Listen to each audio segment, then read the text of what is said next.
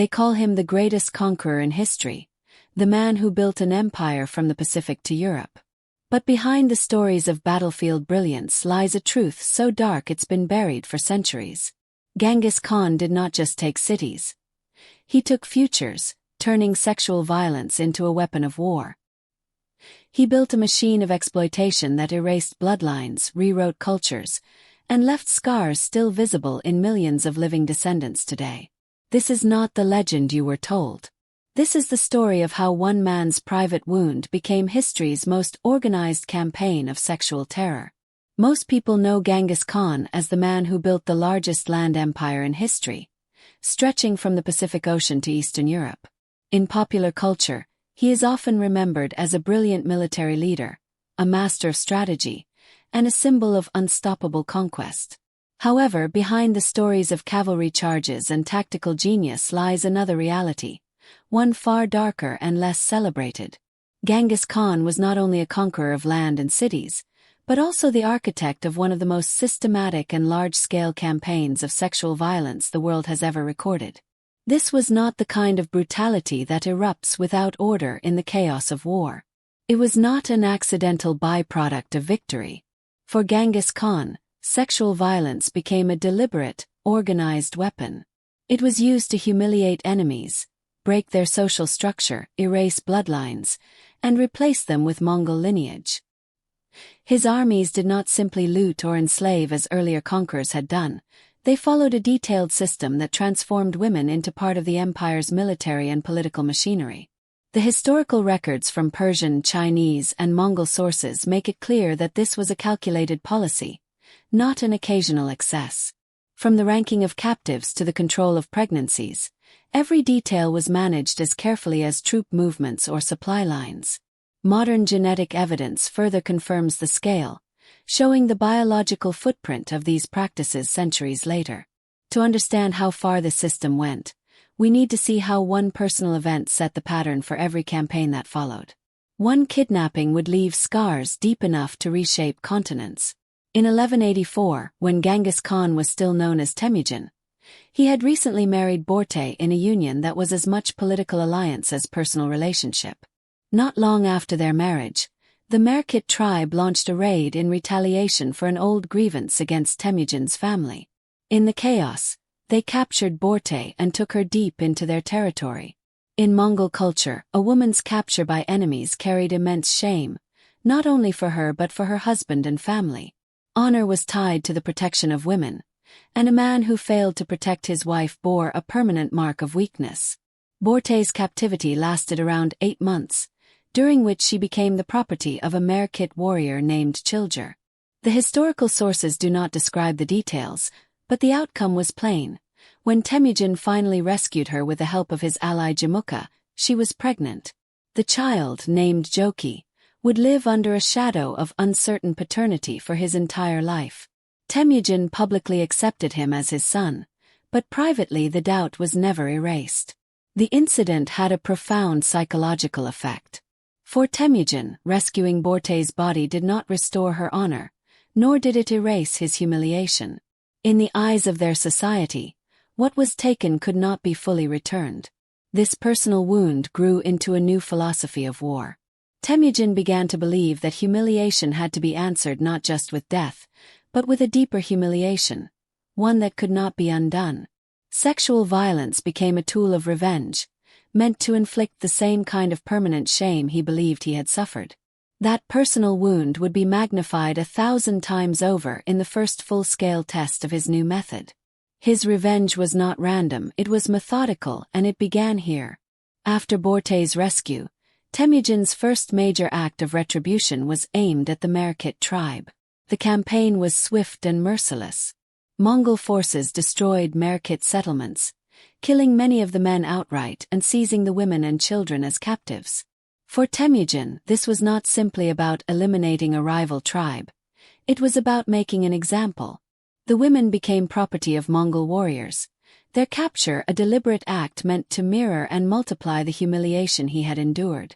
Children were absorbed into Mongol households, severing their ties to Merkit identity. This method was refined during the 1202 campaign against the Tatars, another long-standing enemy. The Tatars had been implicated in the poisoning of Temujin's father years earlier, and now their turn for punishment had come. After victory, Genghis Khan ordered the execution of all Tatar males taller than the height of a wagon axle, roughly 3 feet. This eliminated adult men and older boys while sparing younger boys who could be raised as Mongols. The women were not left to fate. They were distributed according to rank, elite warriors receiving the youngest and most valued, common soldiers receiving others. This was not undisciplined looting. It was a controlled process. By ensuring that surviving women bore children to Mongol fathers, the Khan began replacing Tatar bloodlines with his own. This was demographic engineering through forced reproduction, aimed at erasing the enemy's future while expanding Mongol genetic dominance. These early campaigns revealed a new dimension of warfare in the steppe. Victory was not just about territory or resources, but about reshaping entire populations from the inside out. Sexual violence was no longer incidental. It had become part of the battle plan. But to scale this brutality, Khan would need something more than anger. He needed a system. In Genghis Khan's empire, women were measured, ranked, and assigned like military assets. After each major conquest, captured women were gathered in central locations and subjected to evaluations. This process was not chaotic. It followed set criteria that determined their fate. Age was the first factor, with the preferred range being from early adolescence to the mid-30s. Virginity was highly valued, often confirmed through invasive examinations. Noble blood or high social status increased a woman's ranking, as marriages or gifts to allies could carry political weight. The Mongols treated this as a formal classification system. Women who scored the highest, often those young, healthy, and of noble origin, were reserved for the Khan himself. Those in the next tier went to his closest generals and high-ranking officers. Below that, women were allocated to mid-level warriors as rewards for service. Those who scored the lowest, often due to age, health issues, or lack of perceived value, were assigned to military brothels that traveled with the army. This ranking system served several purposes. It reinforced discipline among the troops by controlling access to captives, reducing the risk of soldiers fighting over spoils. It centralized control, ensuring that the Khan could reward loyalty and performance in a way that tied personal gain directly to military service. It also embedded sexual exploitation into the command structure, making it an official part of the Mongol war economy rather than an uncontrolled side effect. The system was recorded and overseen by appointed officials, ensuring consistency across campaigns. These records allowed the Mongols to maintain order even in the midst of large-scale conquests, turning human beings into a managed resource. Yet this was just the sorting process. What came after was far worse. Following every Mongol army was a second army, of enslaved women. These women were not left in conquered cities. They traveled with the troops in organized military brothels. The Mongols treated these brothels as logistical units, managed much like supply caravans. They had designated guards, specific living areas, and assigned roles within the larger army structure. Each woman was registered, her origin, age, and assigned unit recorded in official logs. Quotas were set for how many soldiers each woman was expected to serve in a given period. Stationed administrators monitored these numbers, and if a woman resisted or could not meet her quota, she faced public punishment or reassignment to harsher duties. The purpose was not only to maintain efficiency, but also to deter others from refusing service.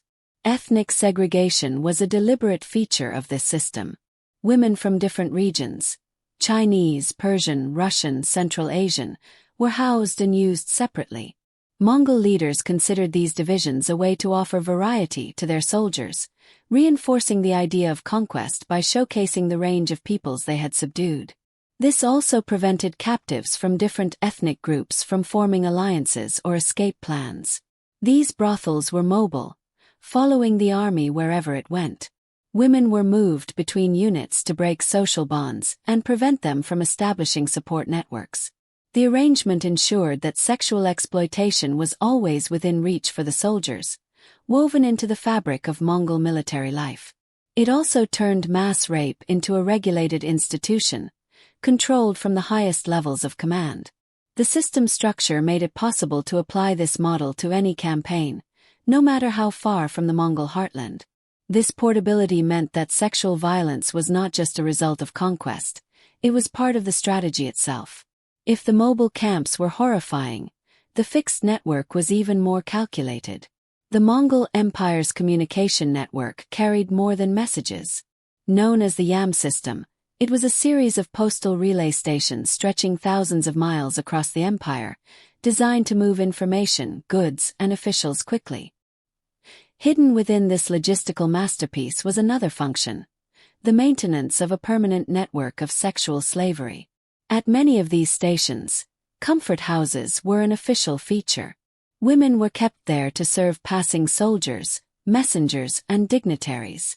This was not a matter of informal exploitation.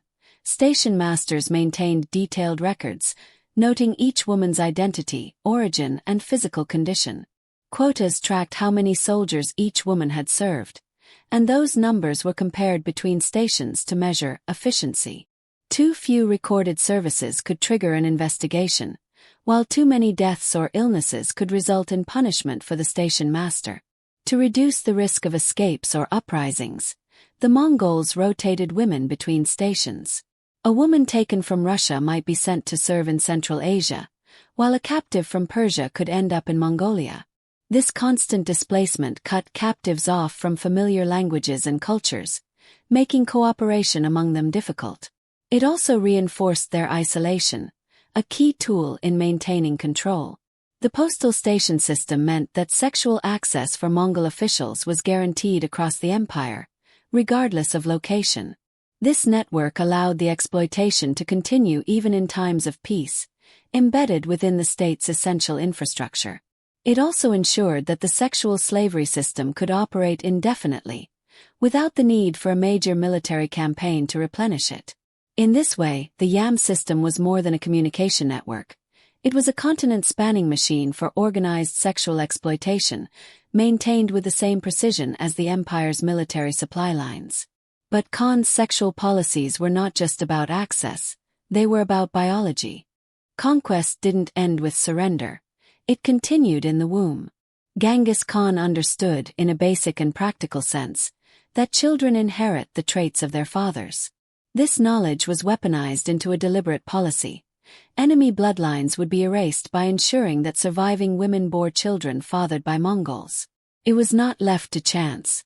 Captured women, especially those of noble or warrior families, were targeted for forced pregnancies so that their descendants would carry Mongol lineage instead of their own people's. Pregnant captives were monitored closely. Special camps housed these women where they received food, shelter, and basic medical care, not out of compassion but to ensure healthy births. Miscarriages could result in punishment, as the unborn child was considered the property of the empire. These births were seen as political victories as much as military ones, each child representing a permanent change in the demographic makeup of conquered lands. Children born from these unions were often given specific roles. Boys were trained as soldiers or officials loyal to the Mongol state, while girls could be raised to enter the same cycle of forced marriage or sexual servitude. This created a self-sustaining system where the victims of one generation became the instruments of conquest in the next. Modern genetic studies have revealed the enormous scale of this policy's impact. Around 8% of men in a vast area of Eurasia, roughly 16 million individuals, carry a Y chromosome lineage tracing back to Genghis Khan and his direct male relatives. In some regions, the percentage is far higher. These numbers are not the result of normal population growth, but of concentrated reproductive dominance enforced over decades of conquest. This approach turned reproduction itself into a weapon, altering the genetic future of entire nations. It was a slow, calculated form of victory, measured not just in land gained but in bloodlines replaced. These genetic goals fueled the most shocking single atrocity of his sexual reign. 4,000 girls, and an entire people broken in one act. The Oirat Confederation had resisted Mongol expansion, aligning with rivals in an effort to slow Genghis Khan's advance. When the Oirats were finally defeated in 1223, the punishment was designed to crush not just their military strength but their collective spirit. Orders were given to gather every Oirat girl between the ages of 7 and 15. Soldiers moved from settlement to settlement, dragging children from their families until the total reached 4,000. The victims were brought to the Oirat capital, where the entire community, both Oirat survivors and Mongol troops, was assembled. The act that followed was not hidden. It was a public display meant to humiliate the Oirats in front of their own people. Groups of girls were handed over to Mongol units, who began the assault in full view of the crowd. The violence was prolonged and organized in shifts, ensuring that the demonstration would last for days. This was not just cruelty. It was deliberate psychological warfare. Parents were given no means to protect their daughters. Resistance meant immediate execution, but compliance offered no real mercy. The Mongols calculated that forcing families to watch the destruction of their children would break the will to resist far more effectively than killing them outright. The survivors, marked physically and socially, were then distributed across the empire, often to the lowest-ranking units where their lives would be short and harsh. The message to other tribes was clear. Military defeat could mean the end of your culture, not only through death but through irreversible violation. The Oirat example became a warning that spread across the steppe, leading many future targets to surrender without a fight.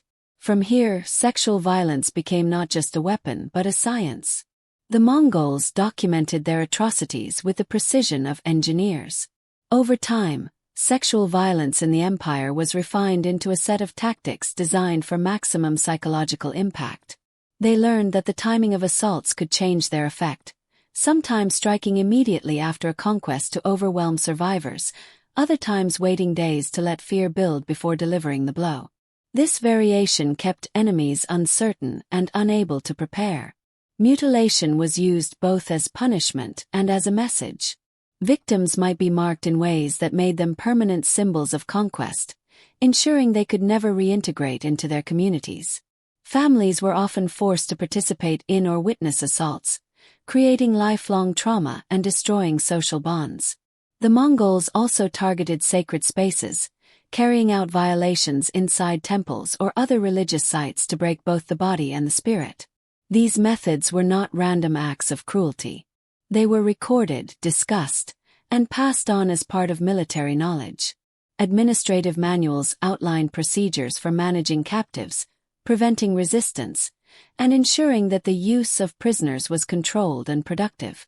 In this way, sexual violence became institutional knowledge, something commanders could plan for as deliberately as they would a siege.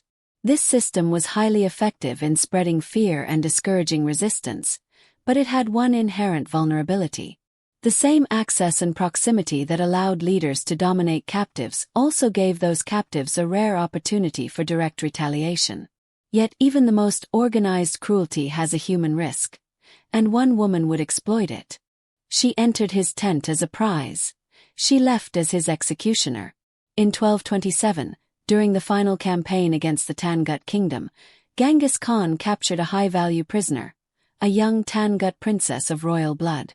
Her capture followed the destruction of her city, the execution of her brothers, and the suicide of her mother to avoid enslavement. Designated for the Khan himself, she was placed among his most closely guarded concubines. Over the weeks, she observed his habits, learning when guards were inattentive and how thoroughly women were searched before entering his tent. She secured a small blade, concealing it in her hair, knowing that a single opportunity might never come again. Her plan was simple but final: strike once, aim to kill, and accept that escape was impossible. One night she was summoned to the Khan. Inside the tent, she waited for the moment when his attention dropped. With practiced speed, she drew the blade and delivered a precise strike to his body. The injury was catastrophic. He collapsed, bleeding heavily, and unable to call for help before she slipped out. The camp erupted in confusion as news spread, though the official records would later disguise his death as illness or accident. The guards eventually found her, but the damage was already done. Genghis Khan's authority had been absolute. Now, his vulnerability was undeniable. His death did not end the system, but it cracked the illusion of invincibility. The man died, but his methods kept breathing. After Genghis Khan's death, the Mongol Empire remained intact under his successors, and the sexual slavery systems he had built continued to function. The ranking of captives, the operation of military brothels, and the use of postal stations for organized exploitation all remained part of imperial practice. The machinery he created had enough structure to survive without him. In the regions the Mongols once ruled, the impact went far beyond the years of conquest. Many societies restructured themselves to prevent similar mass violations from happening again. Strict purdah systems, keeping women hidden from public view, became more widespread. Marriage ages dropped sharply, with families marrying off girls as soon as possible in the belief that husbands' households offered protection. Homes in some areas were redesigned with hidden rooms or internal courtyards, making it harder for intruders to reach the women of the family. The scars were not only social but genetic. Populations in Central Asia, parts of China, and beyond still carry the Y chromosome legacy of Mongol reproductive policies. Psychological scars also persisted. In many communities, sexual violence became a subject avoided in public speech, replaced with euphemisms or silence. Traditions, laws, and even city layouts reflected the memory of what had been endured. These patterns, formed as survival strategies, lasted for centuries, long after the Mongol military threat was gone. They show how the cultural effects of systematic sexual violence can outlive its architects, shaping generations that never saw the original crimes. Centuries later, the numbers still tell the story. 16 million living men carry his Y chromosome, and the memory of what that means. Modern genetic research has traced a distinctive Y chromosome lineage across a vast region of Eurasia, from the Pacific coast to Central Asia. This pattern is not the result of slow, natural population change. It is the direct outcome of a deliberate policy of forced reproduction, carried out over decades of conquest and institutionalized through systems Genghis Khan created. Each marker in that genetic trail represents an act of sexual violence committed under the protection of imperial authority. These were not isolated incidents, but part of a coordinated effort to erase enemy bloodlines and replace them with Mongol lineage. The reach of this policy was so extensive that it permanently altered the genetic makeup of multiple nations. The scale and organization of this sexual conquest were unprecedented. What began as one man's personal humiliation, the abduction of his wife, was transformed into a strategy that combined military power, administrative planning, and biological manipulation. The result was an empire that conquered not only land but also the reproductive future of entire populations. Genghis Khan's campaigns show how personal trauma can be magnified into continental atrocity when fused with absolute power. His legacy lives on not just in history books or legends, but in the DNA of millions, a permanent living record of history's most systematic campaign of sexual violence.